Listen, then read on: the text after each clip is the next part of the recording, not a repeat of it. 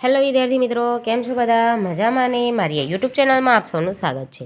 તો આજે આપણે જોઈશું 12th સાયન્સ ચેપ્ટર 8 કાર્બનિક આલ્ડીહાઇડ કીટોન અને કાર્બોક્સિલિક એસિડ સંયોજનો. બરાબર, આજે આપણો લાસ્ટ ટોપિક છે. પછી આપણે કાલથી નવું ચેપ્ટર ચાલુ કરીશું. આ તમને સમજણ પડે એટલા માટે મેં ટૂંકા ટોપિક બનાવ્યા છે. બરાબર, બાકી વિડીયો લાંબો થઈ શકે પણ હું તમને સમજે એટલા માટે ટૂંકા બનાવું છું. જો હવે વલય વિસ્થાપન એને કે ફ્રીડલ ક્રાફ્ટ શું કરે ખબર? COOH કાર્બોક્સિલિક એસિડ છે. બરાબર, બેન્ઝીન પર COOH એટલે કાર્બોક્સિલિક એસિડ એટલે કે બેન્ઝીનોઇક એસિડ. બરાબર, હવે 3 પ્રકારના ઉદ્દીપક છે.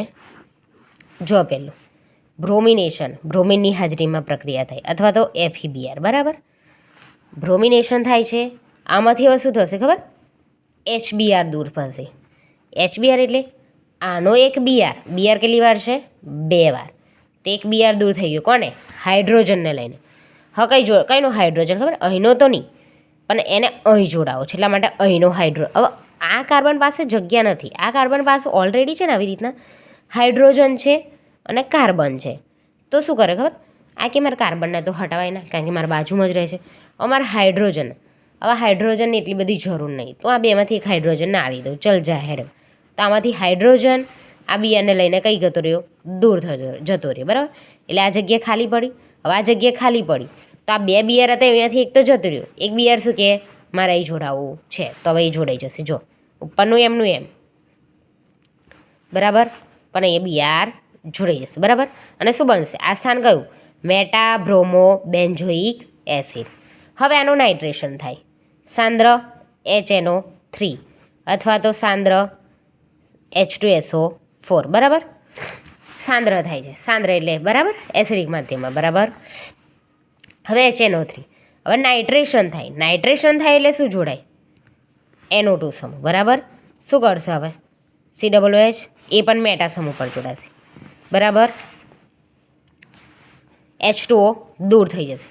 આમાંથી H અને આનો O એટલે શું દૂર થશે? H2O દૂર થયા. શું રહ્યું આમાંથી? NO2 રહ્યું, અહીં જોડાઈ જશે. તો મેટા નાઇટ્રો બેન્ઝોઇક એસિડ. હવે સાંદ્ર H2SO4 ની હાજરીમાં. બરાબર, સલ્ફ્યુરિક એસિડ H2SO4 ની હાજરીમાં થાય એટલે શું થશે ખબર? આમાંથી H2O દૂર થશે. આનો H, 2 Hમાંથી એક H દૂર થયો, અહીંથી H અને અહીંથી O એટલે HSO3 રહ્યું. હવે HSO3 અહીં જગ્યા ખાલી પડી એટલે અહીં જોડાઈ જશે. તો જોડાઈ ગયો. જુઓ, SO3H જોડાઈ ગયો.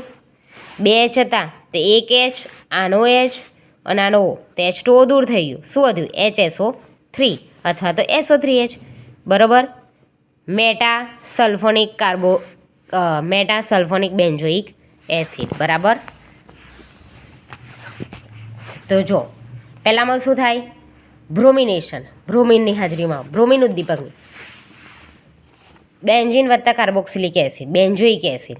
બેન્ઝોઇક એસિડની બ્રોમિનેશન ઉદ્દીપકની હાજરીમાં પ્રક્રિયા કરાવતા HBr દૂર થાય છે અને મેટાબ્રોમો બેન્ઝોઇક એસિડ મળે છે. બીજું કે બેન્ઝોઇક એસિડની સાંદ્ર HNO3 એટલે કે નાઇટ્રેશન કરતાં શું દૂર થશે? આમાંથી H2O દૂર થશે અને મેટાનાઇટ્રો બેન્ઝોઇક એસિડ મળશે. પછી બેન્ઝોઇક એસિડની સાંદ્ર H2SO4 એટલે કે સાંદ્ર સલ્ફ્યુરિક એસિડ ઉદ્દીપકની હાજરીમાં પ્રક્રિયા કરતાં H2O દૂર થશે અને meta sulphonic carboxylic acid, meta sulphonic શું બનશે? Benzoic acid. બરાબર,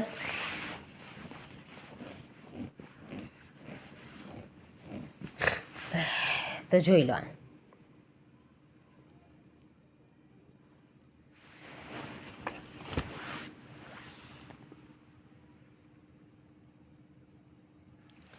અહીં જગ્યા ખાલી નથી એટલે શું કે ખબર?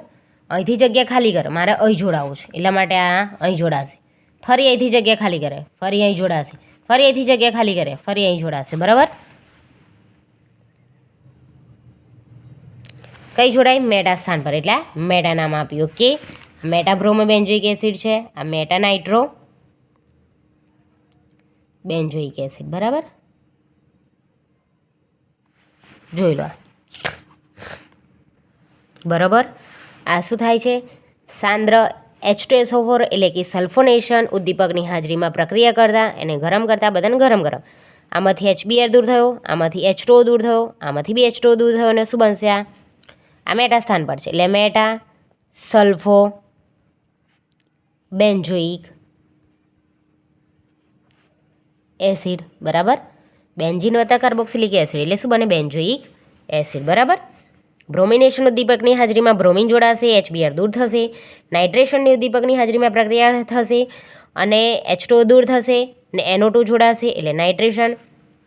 પછી સલ્ફોનેશન ઉદ્દીપકની હાજરીમાં પ્રક્રિયા થશે, H2O દૂર થશે અને મેટા સલ્ફો બેન્ઝોઇક એસિડ બનશે. અને જો સ્થાન આપવું હોય તો 1 2 3 ત્રીજા સ્થાન પર એટલે 3 bromo benzoic acid, 3 nitro benzoic acid અને 3 સલ્ફો બેન્ઝોઇક એસિડ. ઓકે, આને શું કહેવાય? નાઇટ્રેશન. આને કહેવાય સલ્ફોનેશન. લખો હોય તો લખી દો. નાઇટ્રેશન, પછી સલ્ફોનેશન અને આ બ્રોમિનેશન, બરાબર. બ્રોમિનેશન અક્ષર બરાબર નથી, તમે જોઈ લેજો.